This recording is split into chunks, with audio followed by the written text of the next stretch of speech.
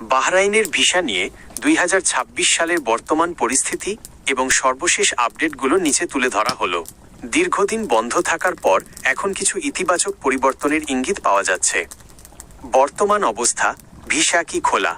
সংক্ষেপে বলতে গেলে সাধারণ শ্রমিকদের জন্য লেবার ভিসা এখনো পুরোপুরি উন্মুক্ত হয়নি, তবে বিশেষ কিছু ক্যাটাগরিতে এবং সীমিত পরিসরে ভিসা ইস্যু শুরু হয়েছে। গত কয়েক বছর ধরে বড় ধরনের কড়াকড়ি থাকলেও বর্তমানে দুই দেশের সরকারের মধ্যে উচ্চ পর্যায়ে আলোচনা চলছে। সরকারি আলোচনার সর্বশেষ আপডেট 2025 সালের শেষ ভাগে এবং 2026-এর শুরুতে বাংলাদেশ সরকারের পক্ষ থেকে বাহরাইনকে ভিসা পুনরায় চালুর জন্য আনুষ্ঠানিক অনুরোধ জানানো হয়েছে।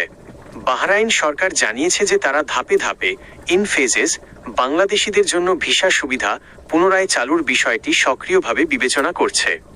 3. যে সব ক্ষেত্রে ভিসা পাওয়ার সম্ভাবনা রয়েছে। High professional visa, doctor, engineer এবং উচ্চপদস্থ আইটি বিশেষজ্ঞদের ক্ষেত্রে নির্দিষ্ট স্পন্সর থাকলে ভিসা ইস্যু হচ্ছে।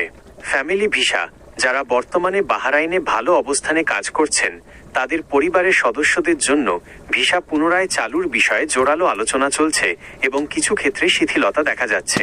পরিচ্ছন্নতা ও নির্দিষ্ট কিছু খাত, বাহরাইনের কিছু বিশেষ খাতের যেমন ক্লিনিং কোম্পানি বা কনস্ট্রাকশন জন্য গ্রুপ ভিসা বা বিশেষ পারমিটে সীমিত সংখ্যক কর্মী নেওয়ার কথা শোনা যাচ্ছে। 4. বাধাগুলো কোথায়?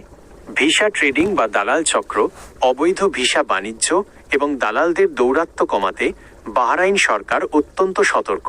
নিরাপত্তা যাচাই, বাহরাইনের স্বরাষ্ট্র মন্ত্রণালয় বাংলাদেশিদের আবেদনের ক্ষেত্রে কঠোর নিরাপত্তা যাচাই সিকিউরিটি ক্লিয়ারেন্স প্রক্রিয়া অনুসরণ করছে।